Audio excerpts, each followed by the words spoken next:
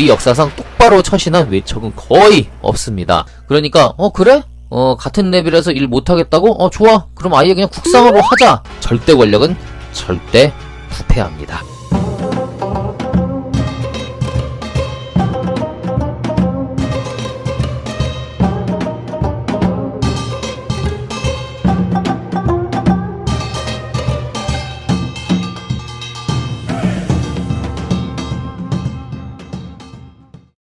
여러분 안녕하세요. 왕조중심 꿀국사, 저는 여러분과 함께하는 꿀이에요.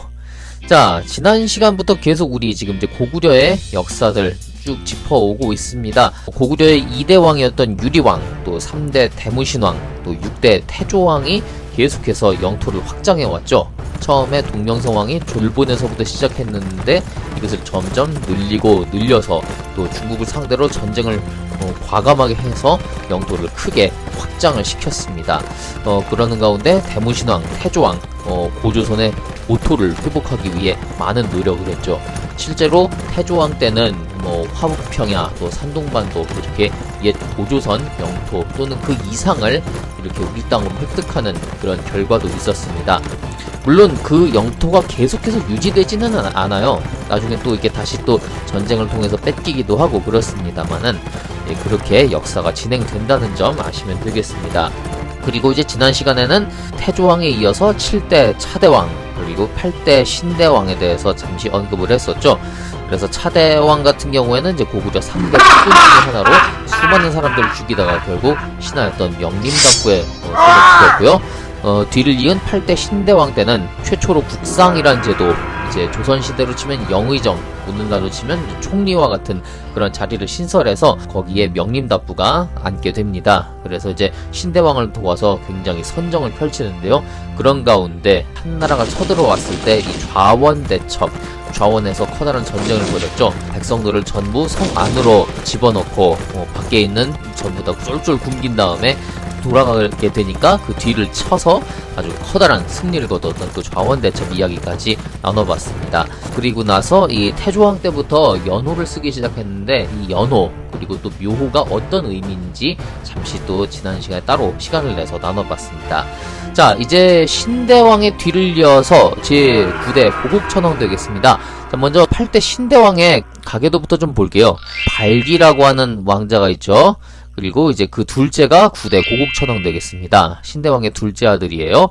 그 다음에 한자가 다른데 또 다른 발기라고 하는 왕자가 있고요. 그 다음에 넷째가 10대 산성왕도 있고, 그 다음에 다섯 번째 계수라고 하는 왕자가 있습니다. 아마 이제 첫 번째 아들이었던 장남이 그렇게 왕위에 오를 만한 제목이 되지 못했던 것 같습니다. 그래서 둘째였던 9대 고국천왕이 등극을 하게 되죠. 자, 등극을 했는데요. 등극 초기부터 외척에게 시달립니다.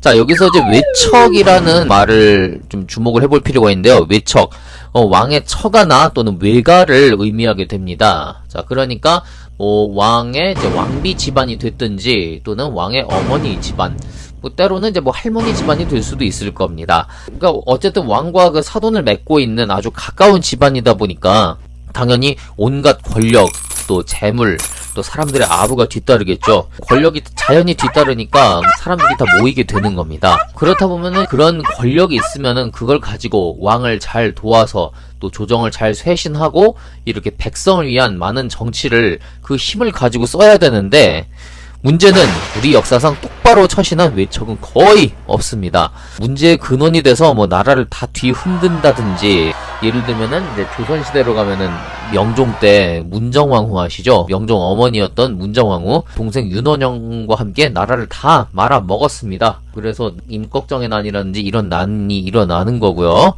또 조선 말의 세도정치, 역시 외척으로부터 출발했죠. 순조의 왕비 집안 안동김씨였는데 이 순원왕후부터 시작해서 이 안동김씨가 60여 년간 거기에 맞서는 풍양 조씨도 있었습니다.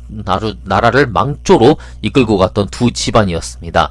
그렇게 나라를 다 뒤흔들거나 또는 그렇게 하다가 왕의 철퇴를 맞아서 완전히 집안이 몰락하는 경우도 있었죠. 나중에 이제 보시면 알겠지만 통일신라 31대 신문왕 때 장인이었던 김흠돌이 난을 일으킵니다. 그러다가 사위한테 맞아 죽고요. 그리고 역시 고려시대 때 이자겸의 난이 있었죠. 고려 인종의 외할아버지이자 장인, 뭐 지금 이게 무슨 말인가 하실 텐데 어쨌든 굉장히 문제 있는 인간이 있었습니다. 이자겸이 자기가 왕보다 더 높은 줄 알고 설쳐대다가 결국 반란을 일으키고 잡혀서 죽는다는 이야기입니다. 예, 이런 거 보시면은, 뭐, 외척으로 권력을 잡았든, 뭐, 다른 뭐가 됐든 간에, 어쨌든, 이 절대 권력은 절대 부패한다. 아마 앞으로 역사를 계속 공부하는 데 있어서, 아마 절대적인 진리가 아닐까라는 그런 생각이 듭니다. 절대 권력은 절대 부패합니다. 지금 이제 이 이야기를 왜 하느냐, 고국천왕 역시, 즉위하자마자 외척에게 시달립니다. 바로 좌가려라고 하는 일당인데요. 왕비의 이제 친척이에요. 왕비 가문의 우두머리였고요. 근데 뭐 왕의 이제 장인은 아니었던 것 같습니다. 그런데 이 외척이라는 걸 빌미로 온갖 국정농단에 백성들 쥐어짜고 온갖 갑질에 못된 짓 다 합니다. 뭐 여러분들 생각하는 아무튼 상상의 나래를 펼쳐보시면 되겠습니다. 자, 그런데요, 이때, 왕이 바보 같든지, 아니면은 뭐 신경을 안 쓰든지 하면은, 왕은 왕대로 그냥 눈 가리고서 노는 거고, 외척은 외척대로 왕의 눈을 가리면서 온갖 이제 나라를 다 통째로 뒤흔들겠죠. 자, 그런데, 이 왕의, 이런 때 이제 왕의 생각과 행동, 또 결단력이 참 중요합니다. 우리 고국천왕, 굉장히 똑똑한 임금이었습니다. 자, 기회를 봐서 이 좌가려 일당, 이렇게 놔둬선 안 되겠다. 조용히 이제 숙청을 해야겠다. 이렇게 마음을 먹었습니다. 자, 그런데 이걸 눈치챈 겁니다. 좌가려가 선수를 칩니다. 예. 차라리 그냥 이렇게 된 김에 왕이 우리 제거하려고 하는데 아예 그냥 이참에 반란 일으켜서 내가 왕 하자! 반란을 일으킵니다.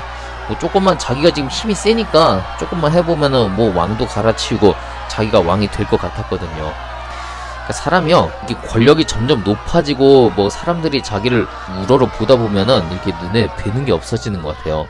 좌가려가 이제 대규모의 군사를 일으켜서 곧 궁궐을 전체를 장악할 뻔합니다. 하지만 결국은 우리의 고국천왕 싹 진압하고 맙니다. 자, 어떻게 됐을까요? 당연히 반란을 주도했던 좌가려부터 뭐 이 집안 대부분이 그냥 몰살을 당합니다. 아마 왕비도 쫓겨나지 않았나 싶은데, 자, 좌가려는 완전히 이제 진압을 당했어요. 자, 이런 일을 겪고 나니까 어떻게 되겠습니까? 예, 왕은 당연히 외척을 견제합니다. 아마 여기 좌가려에 관련된 자기 왕비를 쫓아내고선 다른 왕비를 맞아들였더라도 당연히 그 집안도 견제를 하겠죠.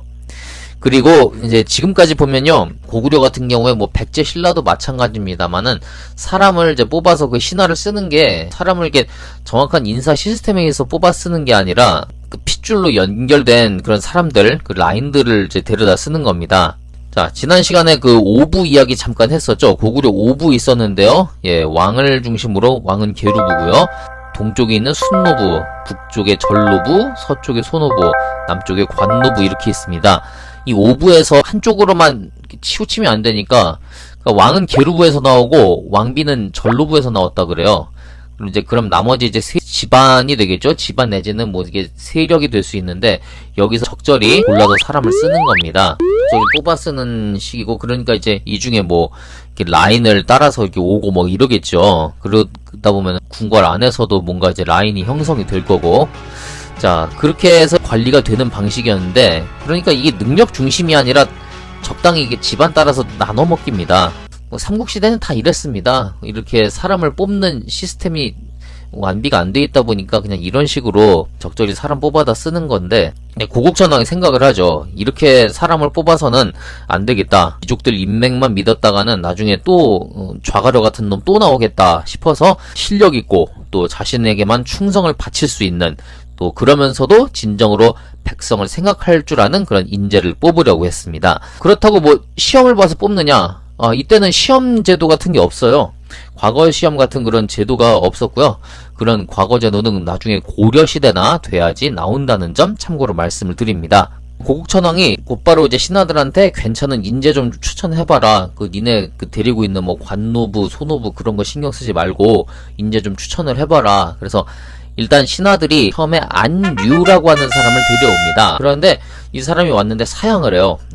저는 좀 부족합니다. 그러면서 아마 진짜 겸손한 사람이었던 것 같아요. 그러면서 이제 다른 사람을 추천을 하는데, 저기 멀리 시골에 가시면은 을파소라고 하는 농부 할아버지가 있습니다. 추천을 해요. 농사 짓는 사람을 추천을 한 겁니다. 여러분들 아시겠지만 옛날에 농사만 짓던 농부가 벼슬자리 할 수 있을까요?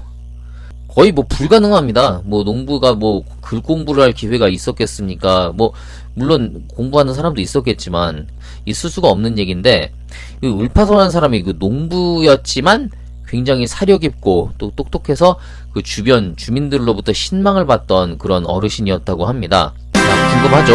그래서 어떤 사람인가 하고 고국천왕이 울파소를 불러드립니다. 자, 당연히 신하들 반발이 만만치 않습니다. 맨날 걸음지고 농사하던 인간이 뭘 아느냐, 그런 사람을 데려다가 우리랑 같은 레벨로 쓰라고? 동급으로 보이세요?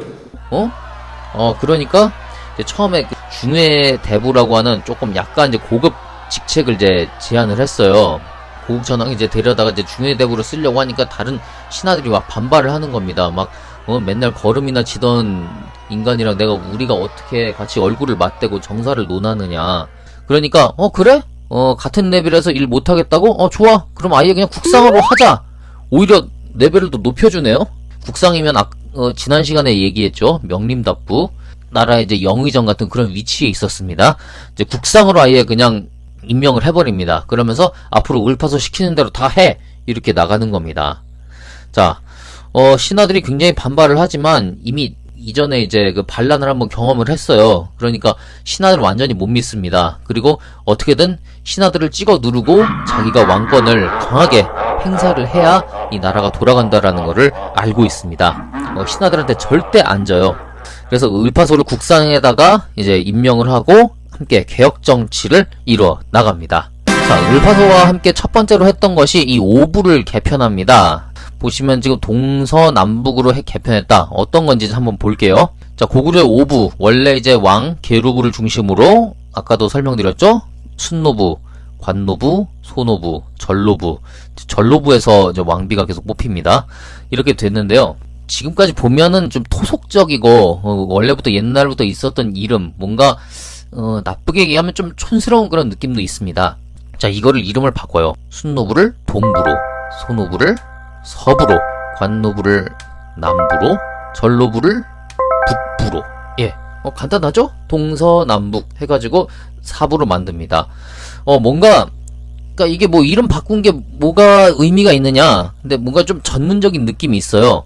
그리고 이게 왕을 중심으로 동서남북을 가른다는 의미가 있어요. 그러니까 뭔가 왕을 더 중심으로 한다는 그런 의미가 생기는 겁니다. 이제 계루부란 말 대신에 그냥 이제 왕실이 되는 거죠. 왕을 중심으로 이제 동서남북이 갈리고 또 그거를 왕이 다스린다라는 그런 의미를 갖게 되는 겁니다. 더 그럼 뭔가 행정적이고 또 왕의 영향력이 강화된다고 볼 수가 있죠. 자, 그런가 하면요. 자, 이 울파소 지금 아까부터 이야기를 했지만 굉장히 중요합니다. 어쩌면은 앞서서 지난 시간에 신대왕 때는 명림답부, 국상 명림답부가 있었기에 신대왕이 빛을 발할 수 있었고요. 이번 시간에는 이 9대 고국천왕, 바로 이 울파소가 있기 때문에 고국천왕이 또 빛을 발할지도 모르겠습니다. 자, 울파소 하면 생각나는 거, 여러분들 바로 답 나오셔야 됩니다.